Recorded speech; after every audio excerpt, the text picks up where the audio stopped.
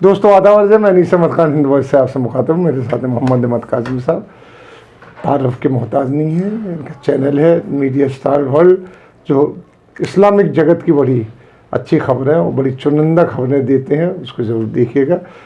काज़मी साहब आपको बहुत बहुत खैर मकदम है। काज़मी साहब, जो म्यांमार में चल रहा है आजकल, तख्ता पलट हो गया वहाँ पे, तो ये कोई वैसे म्यांमार में नई चीज़ तो हुई नहीं है, लेकिन चूँकि वहाँ की जो अब गई हैं, उनका अजीब सा नाम है आंग सान सू की, जो वहाँ की हैं आंग सान सू की, उनके से हिंदुस्तान का बड़ा करीब, भारत का बड़ा करीबी रिश्ता है। यहाँ की लेडी श्री राम कॉलेज की पढ़ी हुई हैं वो, और हिंदुस्तान में ही उनकी परवरिश ज़्यादातर हुई है, भारत में ही। तो इसलिए ज़्यादातर तो आप उस पूरे का पूरा अचानक हुआ ये कि ये चलता रहा था नीचे अंदर अंदर, क्योंकि रोहिंग्या मुसलमानों का भी मसला था, सारी चीज़ें थी चल रही थी वहाँ पे। तो ये चीन ने कराया, कुछ लोग कहते हैं कि चीन ने उनको हटवाया, कुछ लोग कहते हैं कि इसमें कुछ नहीं। तो उसमें भारत की भूमिका तो कहीं से कहीं तक नजर आती है। क्या है आखिर सिलसिला ही बड़ा कॉम्प्लिकेटेड। देखिए, तकरीबन 50 साल से ज़्यादा, बल्कि फौजी हुकूमत के बाद 2010 में पहला इलेक्शन हुआ था, और 2010 में जो इलेक्शन हुआ उससे पहले 2008 में एक रेफरेंडम कराया गया म्यांमार में, जिसे बर्मा भी कहा जाता रहा है। उस रेफरेंडम को कराने में मिलिट्री का बाकायदा रोल था। मिलिट्री अपनी निगरानी में करा रही थी, और शायद वो अपनी पसंद से भी करा रही थी। उस कॉन्स्टिट्यूशन, जो कॉन्स्टिट्यूशन रेफरेंडम ने पास किया था, लोगों ने के ज़रिए पास कराया गया था, उसमें बहुत ही दिलचस्प चीज़ें थीं। एक तो ये कि पार्लियामेंट के 25% मेंबर्स मिलिट्री नॉमिनेट कर देगी, यानी मिलिट्री का एक तरह से पहले ही, बगैर पब्लिक के इलेक्शन के 25% उनके पहले से ही होंगे। उसके अलावा 4 मिनिस्ट्रियां, जिसमें इंटरनल सिक्योरिटी, बॉर्डर सिक्योरिटी, इस तरह की कुछ खास 4 मिनिस्ट्रियों पर मिलिट्री का ही कब्जा रहेगा। बचा क्या? तो ऐसा एक कॉन्स्टिट्यूशन पास कराया गया था। 2010 में जब पहला इलेक्शन हुआ तो उसमें आंग सान सू की और उनके बहुत से लीडर्स पर इलेक्शन लड़ने की पाबंदी लगा दी गई थी, तो ये इलेक्शन लड़ ही नहीं सके थे। अब उसके बाद जब 2015 में दूसरा इलेक्शन हुआ, उसमें इनकी पार्टी इलेक्शन लड़ी, और नेशनल डेमोक्रेटिक लिबरेशन NDL उनकी जो पार्टी थी, उसमें उन्होंने बहुत अच्छी वोटें हासिल की, सीटें हासिल की, और उनकी हुकूमत बन गई। लेकिन इस हुकूमत के दौरान 2015 से 20 के दौरान 2017 में बड़ा वाक़या हुआ, जिसमें रोहिंग्या मुसलमानों पर फौज ने कार्रवाई की, और उसमें लाखों लोग बांग्लादेश और कई दूसरे मुल्कों में फरार होने पर मजबूर हो गए, वो रेफ्यूजीज के तौर पर रह रहे हैं।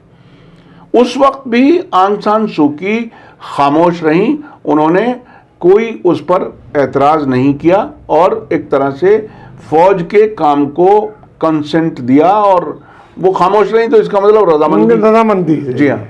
तो अब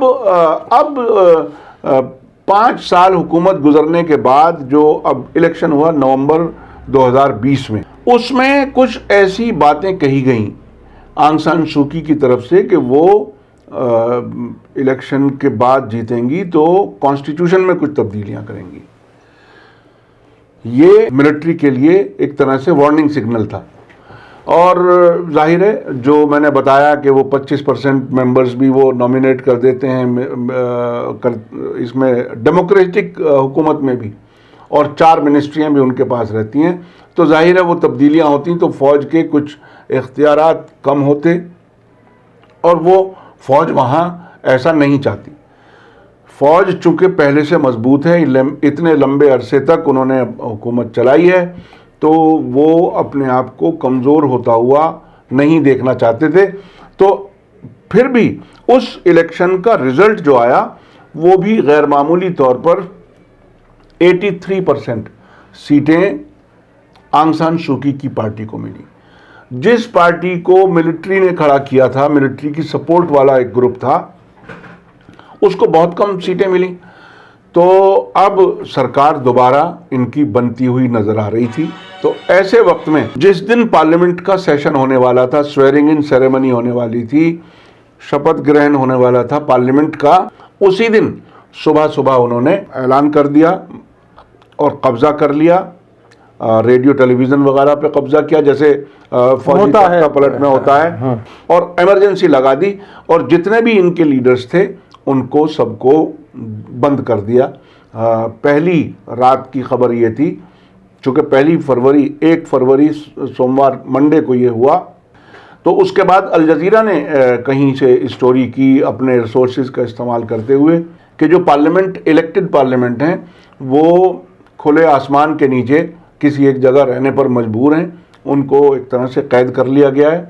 और कहीं कहीं से ये तो खबर आई कि वो अपनी आपस में वो मिल सकते हैं, लेकिन वहाँ चूँकि मोबाइल, इंटरनेट सब कुछ बंद कर दिया है, तो हालात अभी ऐसा लगता है, चूँकि उन्होंने 1 साल का ऐलान भी कर दिया है कि 1 साल तक इमरजेंसी रहेगी, इस दौरान दोबारा इलेक्शन होगा और इलेक्शन का नतीजा जो भी होगा उस पार्टी को हुकूमत सौंप। अच्छा, इसमें एक बात बताइए कि अब जो रोहिंग्या मुसलमानों की प्रॉब्लम है, हाँ, हिंदुस्तान, भारत में भी, अपने बांग्लादेश में भी जगह जगह बेचारे दर बदर हुए घूम रहे हैं, उनकी क्या पोजीशन रहेगी इसके बाद? देखिए, अभी एक खबर कॉक्स बाजार से, बांग्लादेश में कॉक्स बाजार, जहाँ सबसे बड़ा रेफ्यूजी कैंप है रोहिंग्यास का, तकरीबन 10-11 लाख लोग वहाँ पर रह रहे हैं, बहुत कम जगह में।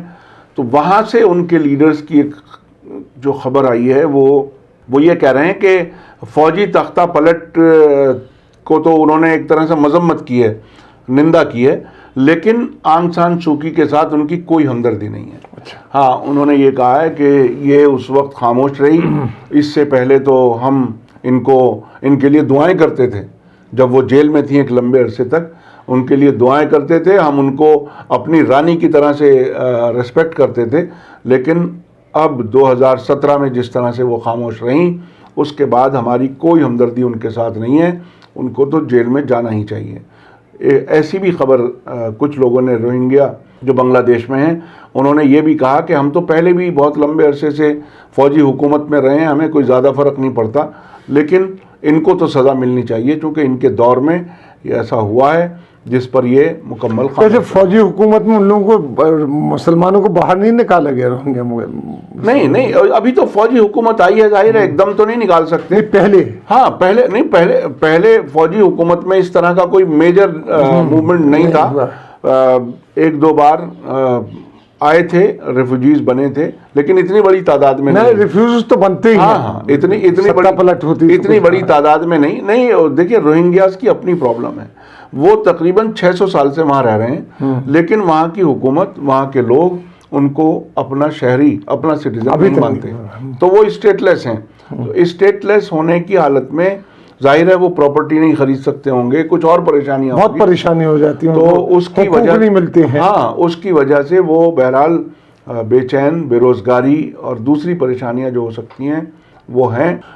जो उनके इलाके हैं, रखीने जो सूबा है जिसे अराकान भी कहते हैं, उस इलाके से जो खबरें अभी पिछले दिनों BBC ने की थी, उसमें बताया था कि उन इलाकों में मुसलमानों के गांवों को उजाड़ दिया गया है और वहाँ कुछ सरकारी इमारतें बना दी गई हैं, कुछ बैरक्स बना दी गई हैं, कुछ दूसरी चीज़ें बना दी गई हैं, और वो बाकायदा सेटेलाइट इमेजेस के ज़रिए BBC ने उसको प्रूफ किया था।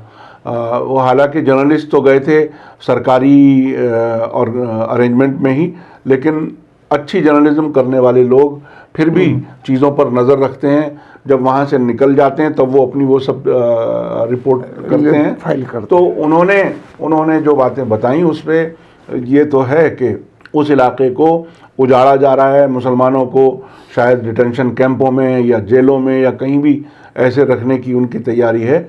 लेकिन अच्छा, उसमें एक और एंगल है, जो चीन वाली बात आपने कही। चीन बज़ाहिर अभी नहीं नज़र आ रहा कि उसने ये सत्ता पलट की हो, वो अंदर की ही रस्साकशी लग रही है। लेकिन एक बात हकीकत है कि चीन ने पिछले कुछ बरसों में म्यांमार में गैस और ऑयल के सिलसिले में इन्वेस्टमेंट काफ़ी बड़ा किया है।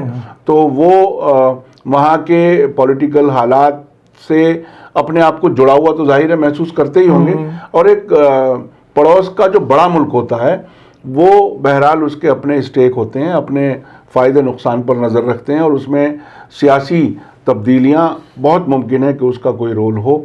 लेकिन अभी तक चूँकि आंग सान सू की तरफ से कोई बयान अभी आया नहीं है, और उन पर पाबंदियाँ ज़ाहिर कैद हैं, और उन पर एक मुकदमा भी लगा दिया कि साहब आपने वॉकी टॉकी ख़रीदे थे बग़ैर सरकार के, जो होता है, हाँ वो एक मुकदमा लगा दिया और 15 दिन के लिए डिटेंशन की बात कर दी गई। लेकिन अभी चूँकि उनकी तरफ से कोई बात सामने नहीं आ रही, उनकी पार्टी की तरफ से, या उनका जो फॉर्मर प्रेसिडेंट था या उनके जो मेंबर ऑफ पार्लियामेंट थे, उनके कुछ बयान नहीं आ रहे हैं, इसलिए कोई बात यकीन से नहीं कही जा सकती कि कौन लोग हैं इसके पीछे। म्यांमार की फ़ौज के अलावा भी कुछ और हैं, या सिर्फ इन्हीं की हुकूमत में आने की ख्वाहिश है। हाँ। जी जी जी बिल्कुल। चलिए, बहुत बहुत शुक्रिया काजिम साहब आपका। चलते हैं अगले अंक की तरफ, तब तक के लिए दीजिए इजाज़त।